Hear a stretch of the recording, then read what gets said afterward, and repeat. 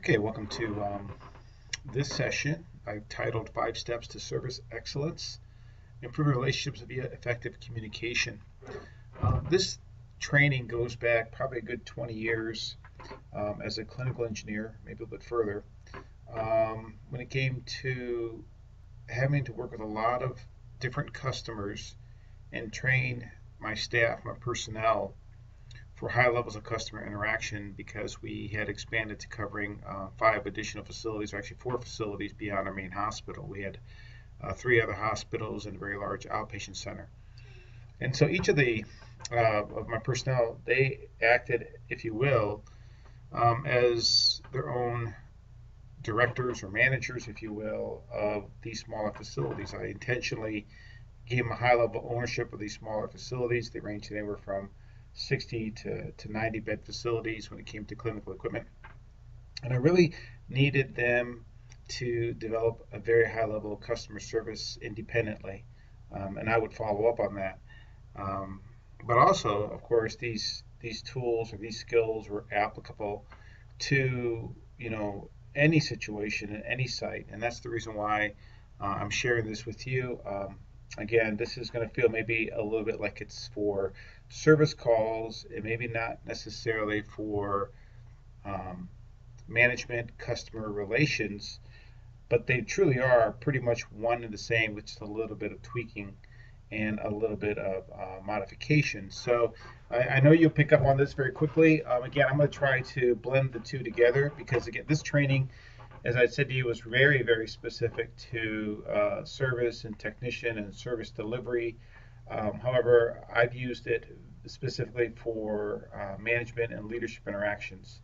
And as you mature and grow in these interactions, of course, you learn to modify and adapt these tools for the situation and through timing. But again, this is titled Five Steps to Service Excellence, Improve Relationships via Effective Communication. This phrase, I actually wrote this little slide many, many, many years ago. I think 5, 7, 8, 9 years ago. I can't really remember. I know I was working at a facility and I was working on training a new set of folks in facilities. And I would say this from time to time. And so I wrote this down as kind of the introductory statement. And that is many good technicians fail to learn that fixing the problem is only one part to a successful service call. Many average technicians have learned that good communication covers a multitude of sins. What would happen if good technicians also became good communicators? And the answer to this was, I saw the answer to this. I have seen over the years excellent technicians and excellent, if you will, facility folks who are very competent, but unfortunately, because of communication or lack of communication, um, have been perceived as not being effective, or maybe even have been failing because of it. Whereas on the flip side, I've seen average and maybe even poor technicians who, personally, from a competency perspective, I didn't think were very good at what they did in terms of the job, but because of their communication skills or their communication understanding, they were perceived as being very good technicians. And really, on the capstone of this, I've seen what happens when you have a good technician that develops good communication skills. Um, they become they are perceived as being just excellent. And so that's really my goal here. All of you who are in this course, especially to this class, to this level, this capstone, I would say you would at least, at this point in time, be competent and would be, maybe good or getting better, if not at your job. Now the question comes, how are you at communication? How effective are you at communication? And the answer there is all of us have room to improve, no matter how good we are. And it's not necessarily because we lack a skill set necessarily. Often it is because we are in a different situation. I mean, I have found, and this may not be true of some folks, but I have found that my situation can often affect my communication style or awareness. There are politics sometimes that are beyond me that I don't understand, or maybe the individual I'm working with, um, you've heard the phrase oil and water. Maybe there's just not a connection there, or there's not a relationship there. And so what happens is, and you're under duress. We'll talk about these a little bit as I go on to the slides. But what happens is you get in a situation where you realize you need to improve or adjust or adapt your communication to that situation. Um, I would like to say that you can actually uh, keep the same communication level for all situations, but unfortunately, my experience has been that you will be challenged by that if you try to use the exact same style, like a tool, like a pattern all the time. You'll find yourself falling short in some areas. So we'll talk about some of that as we go through the slides. But again, the goal of it is if you can really improve your communication along with your competence and put those two things together, that truly does take you to the next level. This slide here is kind of just a variation of the previous slide, but it's really based on sort of my observations, and that is that many technicians do not realize the importance or impact of communication on relationships. In fact, maintenance folks often have a reputation of lacking social skills or graces. And when I say that, it's interesting. In the 20 plus years I've worked around folks, it's sort of a split. I'm not sure if it's 50-50, 60-40, 70-30, 80-20, but usually you seem to have, I've seen, you have folks that just do well when it comes to communicating broadly and they get along with pretty much everybody. But I've always had a situation where there's a fairly substantial number of my personnel where there's conflict, and often the conflict arises or pretty much is around communication or lack of communication. Um, One of the most challenging things to have staff do sometimes is to keep the customer abreast of what's going on.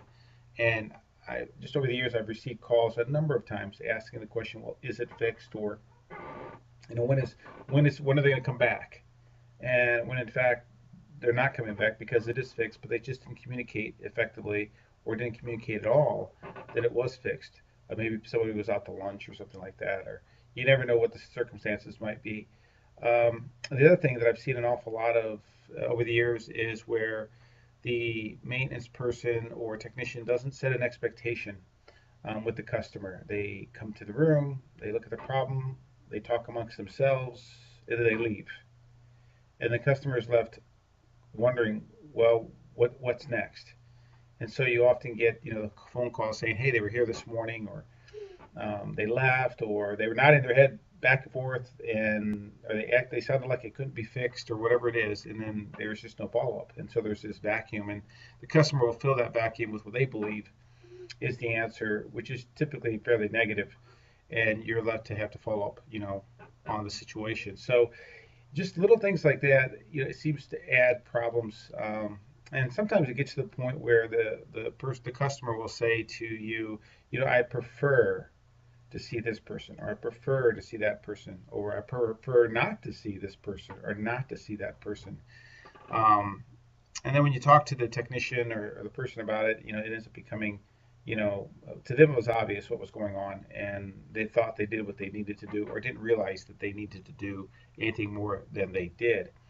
And these issues do track with folks, um, not just in maintenance staff service calls, but it tracks with folks, who are leaders and managers and directors. This is, as I have worked with different administrators and managers and directors over the years and supervisors, very often folks who become into those positions are technicians previously.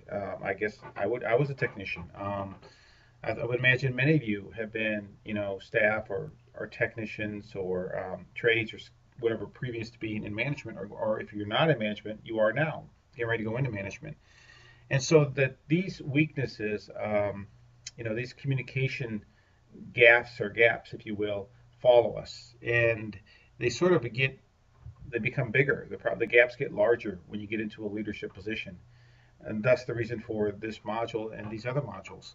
So when it comes to trying to resolve this, there are some tools that, if you hone them, will actually start filling in some of these gaps. And as we go through these, I'm certain that you'll find at least one or maybe even two of these 5 steps to be things that you need to work on. So that's what we're going to do. We're going to talk about this. Our goal here is to develop leaders. Our goal is to get better, and our goal is to become professionals. That's really what we're wanting to do. We don't want to be amateurs. We want to be professionals. And the difference between an amateur and a professional is a professional will hone their weaknesses until they try to eliminate their weaknesses. So even on their worst days, they play great or they perform great. Whereas an amateur will avoid honing their weaknesses, will play to their strengths, and if conditions change or this situation change that forces them to use their weaknesses, then they'll have a terrible day. And often they'll play as good as they feel. So, I used that illustration. I know I'm sure you relate to it. There's lots of different sports we could talk about. I think probably the easiest sport to talk about is golf. For those of you who've played golf, it's very easy to get good, if you will, at a certain distance, range, or club or condition. But if any of that changes, if the terrain changes, or if the fairways change, or if there's more trees, or if there's more water, or if you have to use your 2 iron, or you have to use you have to chip a lot, your game can dramatically change. And that's often how we are as amateurs at our job. We tend not to use all the different tools or all the different clubs and adjust to all the situations. We tend to go at it the same way, which can get us into a lot of trouble. So my goal here again is to give you a broad number of tools, if you will. Let me give you a couple of some chims. I'll give you a good driver. I'll give you a good mid-range, good long iron, definitely a putter, and if you will, a nice sand wedge to work with. So you can play the whole game. So here we go. Let's start with step number 1. Oh, there's our little character. And here we go. The first contact. When it comes to the first contact, the customer has expectations, and you can set the tone immediately based on their expectations. Not yours, mind you. This is their expectation. So when they make a phone call, or they see you coming down the hallway, or they send an email, they have an expectation. That expectation often has to do with timeliness. If the phone rings and rings and rings and rings and rings and it goes to voicemail, you may have failed their expectations already because they do not know how long it's going to be before someone follows up. If they see you in the hallway and your body language, and this kind of leads to perception, is in a hurry, or your mind isn't in that moment, very quickly the customer starts perceiving things and their expectations start to, you're not meeting their expectations. So the customer expectation is very important, especially even like if it is a phone call, or if they're really, I like to say specific for phone calls, it's how you answer the phone. It is not uncommon for a lot of departments to answer the phone very, very, very sort of tersely and abruptly. If I've heard it once, I've heard it many, many times, where I can call down to a maintenance or engineering department, and that's all they say, maintenance, or they'll say engineering, and that's it. It isn't a salutation, it isn't a name, again, and that starts to set the tone for what's about to happen next. And then right along with that is perception. Tone is probably a good word to use. This is something I've had to work on. When I am passionate, I tend to speak fast. My volume tends to change in my voice. And for some people, that can be very energizing and very engaging. For others, it can be very overwhelming, or it can give the perception of, if you will, of a sort of a forcefulness, and they read into that. And I've had to learn to moderate and adjust my tone, given the situations. And that's a constant effort. I can tell you right now, I know that I got it honestly from being raised in a very large family, in a very verbal family, and and again, just those are just natural tendencies. But again, it's one of those things where I have to really work on that constantly. Um, and I'm sure that you yourself have noticed that. Maybe you're on the opposite end of the spectrum. Maybe you're just very, very quiet, and you don't speak up, or you're not a quick thinker. You think about it, and then later you go back and go, oh yeah, I could have said this, or I could have said that, or I wish I would have said this, I wish I would have said that. So customers' perceptions are very, very important, and it really takes you being aware of your situation, and definitely helps when you have relationships. I can't repeat that enough. When you build relationships, customer perception sort of diminishes. But when you don't have a relationship, customer perception becomes very, very big. And I make the comment here, the reality of where you are in the moment. Being aware of your own, if you will, the vibes that you're giving off in the moment because of your situation. There's no doubt, as facility folks, we're often juggling many, many things. I can tell you right now that, when I am overwhelmed, I like to get to work. I like to be about the work. Although candidly, there are times where if I'm really overwhelmed, I tend to sort of want to go do something that just takes my mind away from work for a little bit. But when I'm really overwhelmed and I want to get to the job, I want to get to the next thing, I want to check off the item. And so I think that in my situation, the reality of where you are in the moment is I have to really kind of push that aside, and I have to get very calm and need to be in the moment, with the customer. It's easy for them not to understand that you have an awful lot to do, and that you also, this the item they're bringing is the most important thing to them at that moment. But however, they don't realize that you're juggling so many things right now, and their issue probably is not your priority.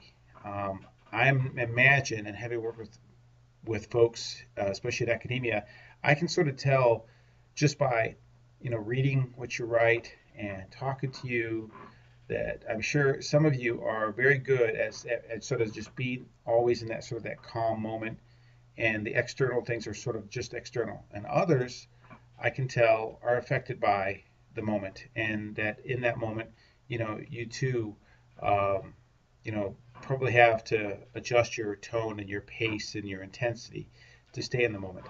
But knowing where you are in the moment, recognizing that yourself. I know a lot of people I've read over the years have little things they say, mantras, if you will, or their routines that they do, like doing lists in the morning, or quiet time, reflection, prayer. They get themselves ready, if you will, for making for being ready, because that's a big part of it. Getting caught off guard or getting caught sort of surprised, not ready, not prepared, is often what causes that next action or reaction. You never know. You could have just come off a phone call, and your mind could be, again, you could just be very jazzed up or very stressed, and then someone hits you with something, and then your reaction or action, again, will lead to that customer perception, and you'll totally miss on customer expectations. So, in that first contact, knowing where you are in the moment and be prepared is very, very key. And I go back to this professional or amateur, and that's really again there it is again. I mean, when you're doing these things, when you understand that your weaknesses and you understand your strengths, and you're able to work on those weaknesses. I certainly believe that you're not going to figure this out quickly for some of us. It's going to take a long time, a lot of practice.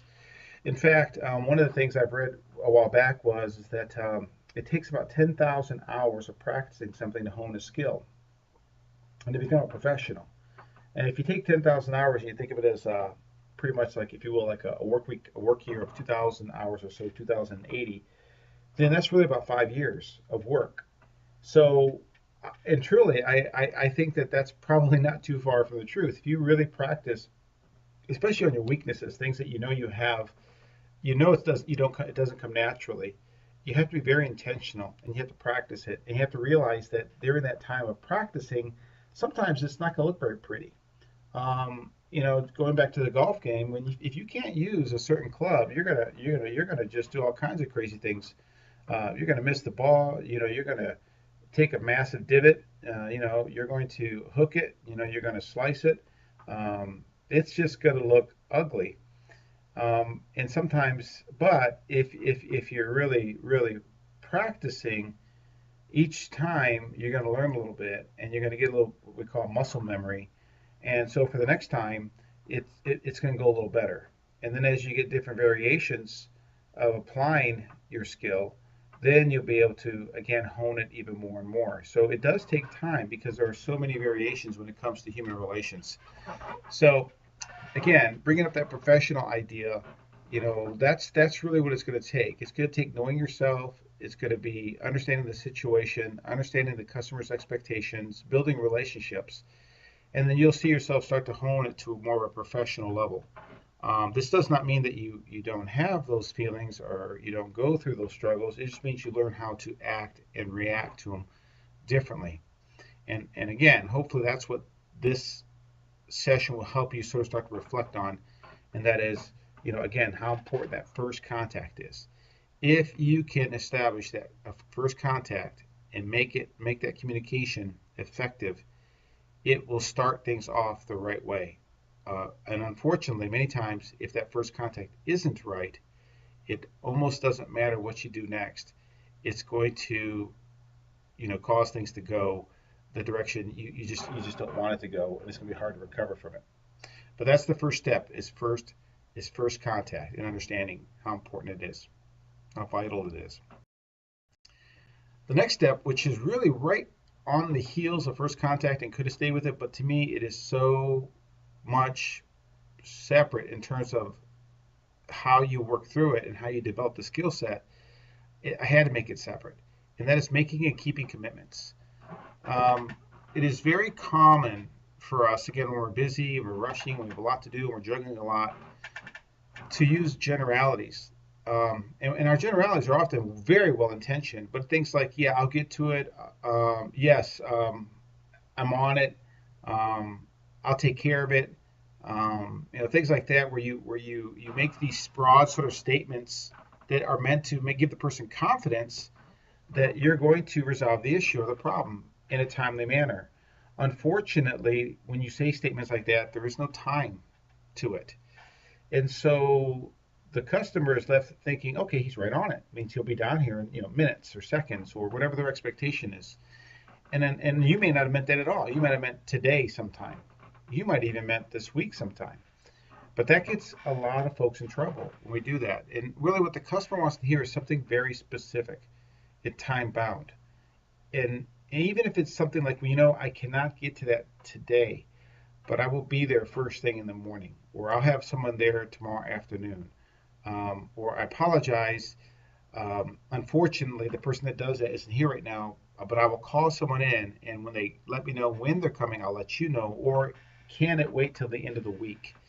Whatever it is, as often as you possibly can. And again, you cannot do this 100% of the time because you're not in control of it. But as you gain experience, you can be much more specific and time bound. And then you got to suppress the perfect estimation oxymoron. And I say that because there's no such thing, if you will, as a perfect estimation. Very often when we are becoming time bound, it's easy for us to say, well, okay, I'm doing this on my desk right now, and it takes me, 3 minutes to walk there, and so I'll be there in, 4 minutes. So you say I'll be there right away, about 3 or 4 minutes. Well, guess what?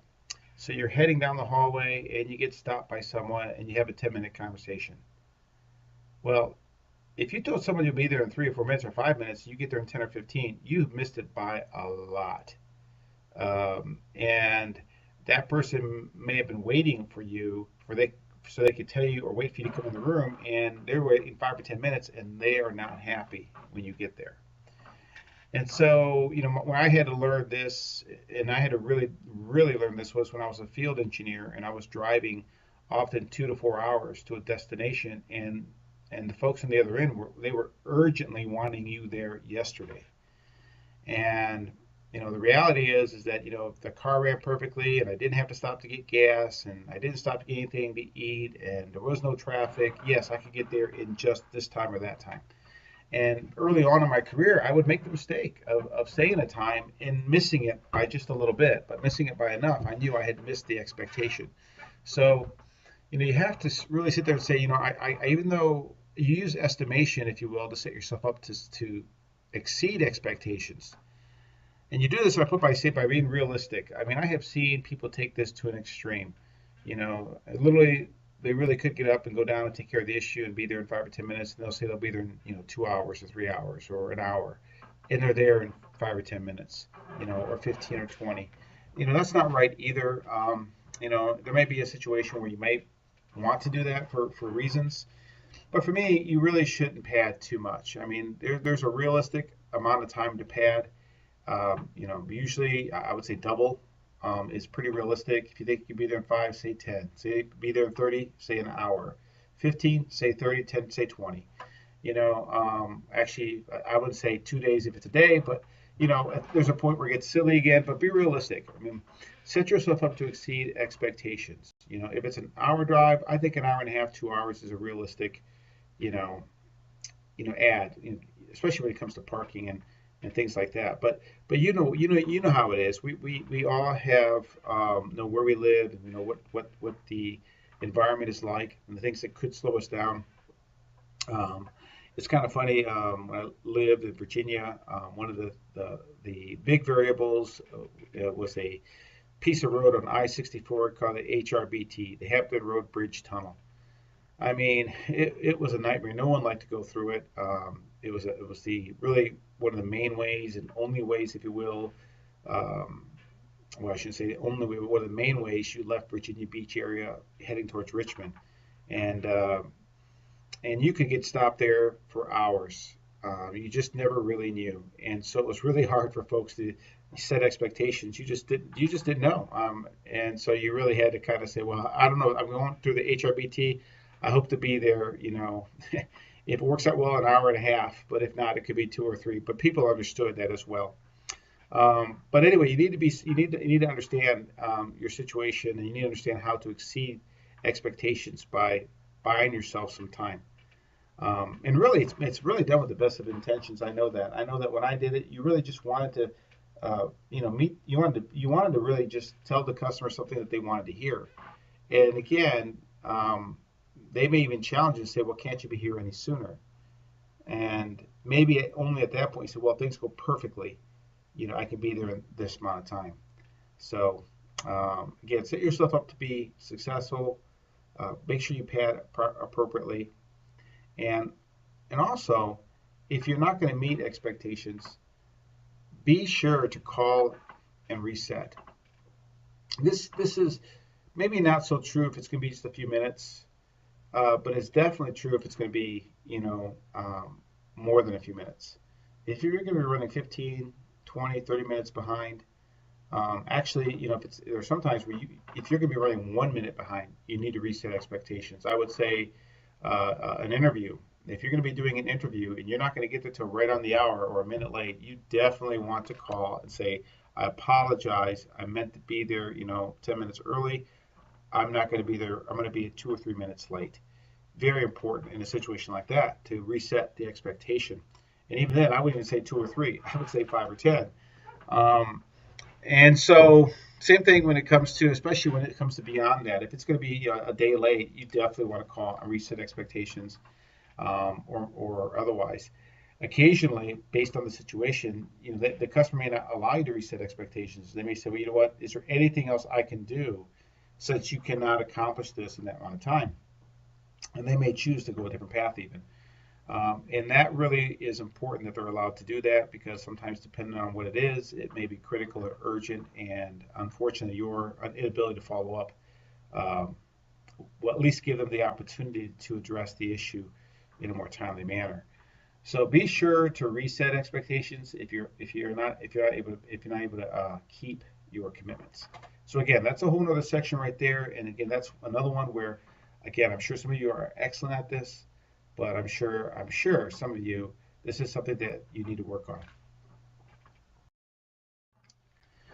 This one here, this next one, communication throughout, seems obvious, and in a way it is obvious, but unfortunately, it's one that often gets us in trouble. Um, when I was, again, going back to being a service engineer, particularly, um, each situation has to be kind of understood. When you build a relationship, you know the customer, some customers want to know what's going on all the time.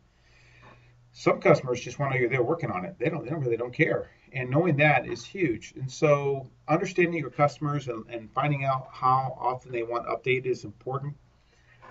Again, giving updates proactively will often help you. In fact, I think rarely, unless that person is just really busy and your updates are actually disruptive to them, it can rarely hurt you. So giving updates throughout the service call is so very important. Give estimates on follow up. I mean, if you leave the space, I mean, there should be leave a note. Make a note saying, "Hey, here's what I've done. Here's what I'm doing. Here's what you can expect." Is it up? Is it down? Things like that. Again, how long before you come back? Things like that. Need to give them estimates. And really, you should also include the customer decision making whenever possible. Sometimes, again, based upon what your estimates are and what your follow up is, they may choose to go a different route, a different path because of that. And give them that, let that be their prerogative.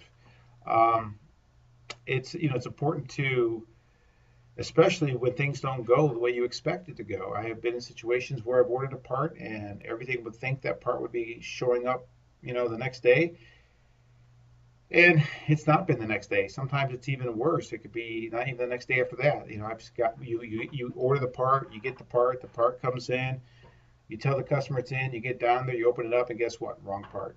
So now you're sending the part back. And then you get into the cycle of, oh, guess what? Now they can't even find the part. The part has to be manufactured. Instead of being, up and running in a day or two, now you're looking at, oh my gosh, it's going to be a week or two. Boy, it happens.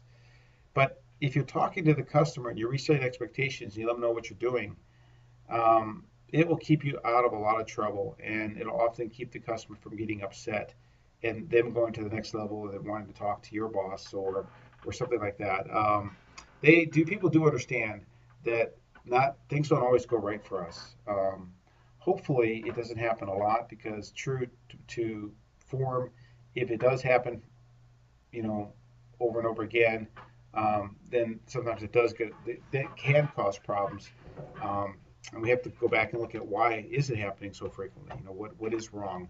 What process or system is broken that's causing us to not be able to get the right parts or not be able to follow up timely. So, but it is important to communicate throughout the service call, or throughout the interaction, or throughout the project, or whatever it is.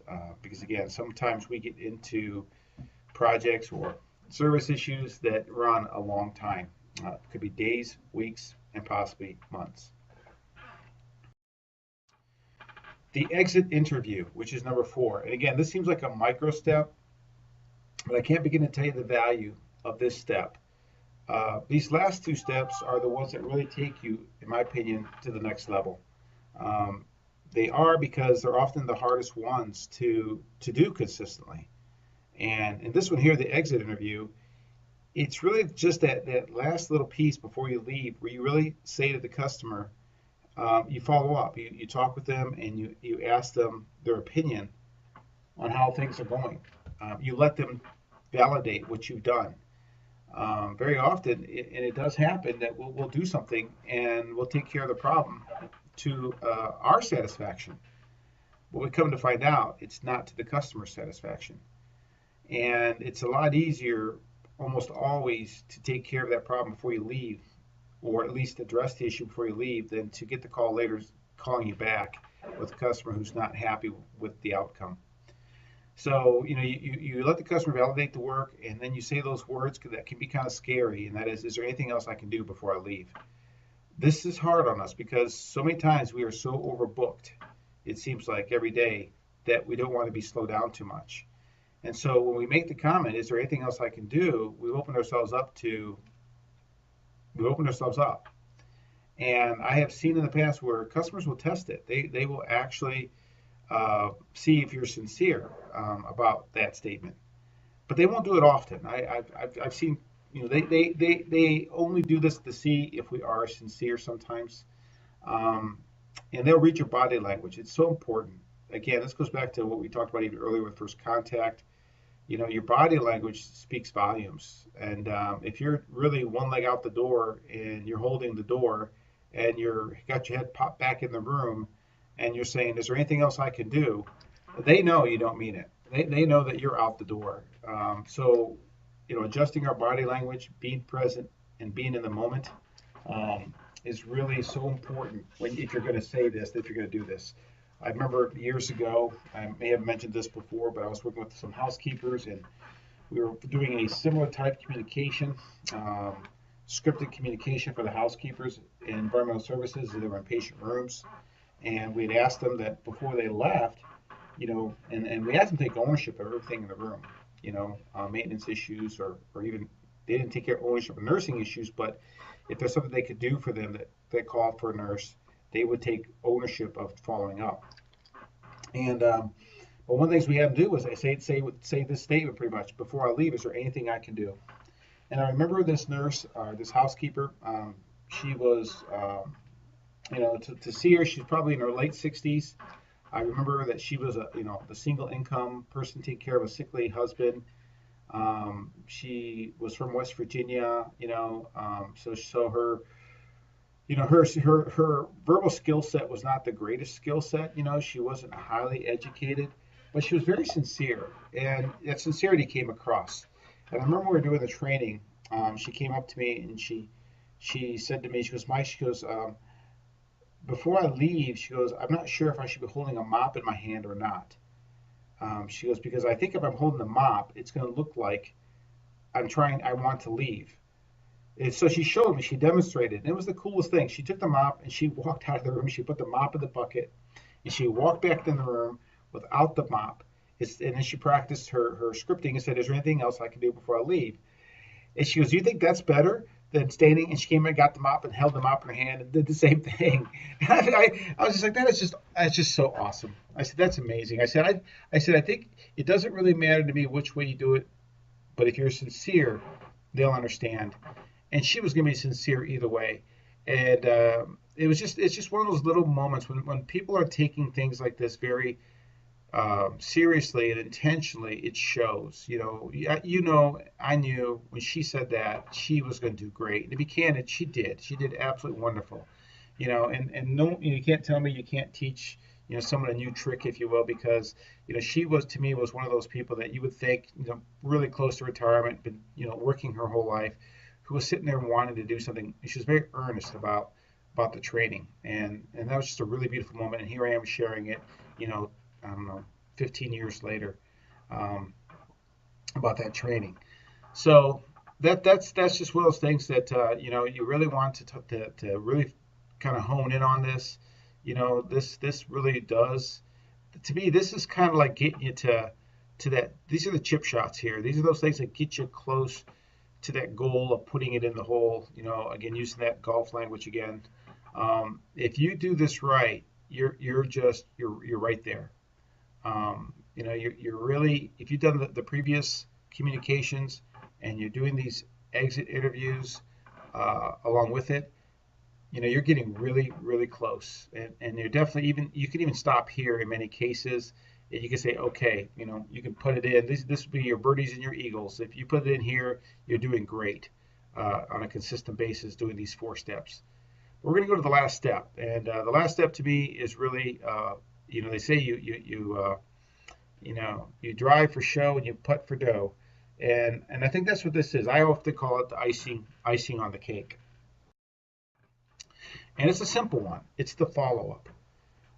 And again, I will say right now that the follow-up is one of those things that I'm telling you, you really, if you can do this 100% of the time, in fact, I'm actually saying you don't need to do this 100% of the time. I think that there is a percentage you need to follow up. And this is really where you start learning to discern when it's important to follow up, when it's not important to follow up. There are times when you're done, you've done the exit interview, no follow-up required. But I'll tell you right now, if you follow up with folks on some basis, some consistent basis, and you call back, and even after it's all said and done, and you say, "How did it go? Is it still working out for you? Is everything still okay?" That really is the transcendent moment for anybody in terms of communication. Um, no one, people don't expect you to do that. It's just not expected to ask sincerely, how did it go? And it's still working. It does happen. I mean, it happens. I think you see it more with computer and technology today. I think probably all of us have experienced having some kind of a service online where we get the follow up survey. It's kind of a nuisance at times because it doesn't feel very sincere. You know you're just feeding data into a machine, which I know is good because they want feedback. But how much more valuable it feels anymore today, even because of technology, to have that human contact, to have someone call back and say, "Hey, by the way, we worked out A, B, C, and just wanted to see if it's going okay again." And I tell you what, rarely, rarely, rarely is that not going to be appreciated. Again, I would encourage you not to do it 100% of the time because then it does seem to be like a machine. Be selective about it. Again, be professional about it. Know when to do it and when not to do it, but know to do it. Know to absolutely do it. It is a powerful, powerful, powerful communication vehicle that, when used properly, definitely makes a huge difference. It makes a significant difference in your professional career. And so it's probably the shortest one here I'm going to talk about, but again, it is such a valuable one when you do it, you know, correctly. So in summary, I just wanted to touch on a couple things. One, I mentioned a few times being a professional versus being an amateur. And again, my expectation that those of you that are in this healthcare facilities leadership program, that you are striving to be professionals. You are working on your strengths, but you're really working on your weaknesses. And that is really one of the major emphasis of this program is to raise the professional level of our industry and our profession. And again, in this communication, that's what these 5 steps are about. It's about taking you to that next level of professionalism, and know that it's gonna take a while. Be realistic. 80-20. There's a lot of things out there that say that 20% of your effort amounts to 80% of your results. And I would say that that's true in this case right here. If you are working on communication and you really are, not doing it 20% of the time, but I think communication is up in that 20% of what you do every day in terms of the actual work. But it will get you so far down the road to be an effective communicator. Um, and even if you're being highly effective 20% of the time, I'm telling you, if you can do this 20% of the time on a consistent basis, and I'm not saying that you forego communication altogether, but I'm saying you do all 5 of these things like that. It will take you a long, long, long way in terms of respect and professionalism in your job. Don't be afraid to fail forward. It's going to look awkward at times. It's not going to come out smoothly. You're going to not have the right technique, the right tone, the right form, the right timing. You're going to walk away saying, you know what, that didn't go very well, or it didn't go as well as I hoped it was going to go. Um, and that's okay because that's what we call failing forward. The effort was there, the intention was there. That is valuable, even though sometimes people don't read into your intentions and your efforts. And I say with that, there's always service recovery. When it looks ugly, or it didn't go the way you thought it was going to go, or it's for some reason that you can't even understand because, you know, sometimes you just don't know why things go the way they go because sometimes we don't know what's going on with the person we're working with in their lives. I mean, I've had stories, one very, very poignant story where I had a person um, who was extremely critical of something that I had done or said. And, I followed back up on that and I was just like, wait a second, wow, that was very, very, um, I guess, critical of you to say, and they didn't understand my situation at all. And they were very candid to tell me they had some stuff going on in their life at that time that I clearly could not have been aware of that had them thinking that way or had them responding that way. And that's happened more than one time. And where I'll have someone come back to me and say something about an action or reaction, and they basically tell me straight up they had something else going on in their life at that mind that really, really is what caused that action or reaction. And sometimes it's hard for us to give people that benefit of the doubt. We just see the action and the reaction, and it really is just difficult to overcome sometimes. But that's what I observed an awful lot. Is sometimes other people are going through things that we just don't understand. Um, and so there's always service recovery, even to the point of, even though it doesn't always make rational sense, we may have thought we've done everything the right way, but often we're the ones that need to go and say, "Hey, I apologize for I didn't intend for it to go that way. I apologize for my part in this." Whatever it is, to recover that relationship, to recover that communication.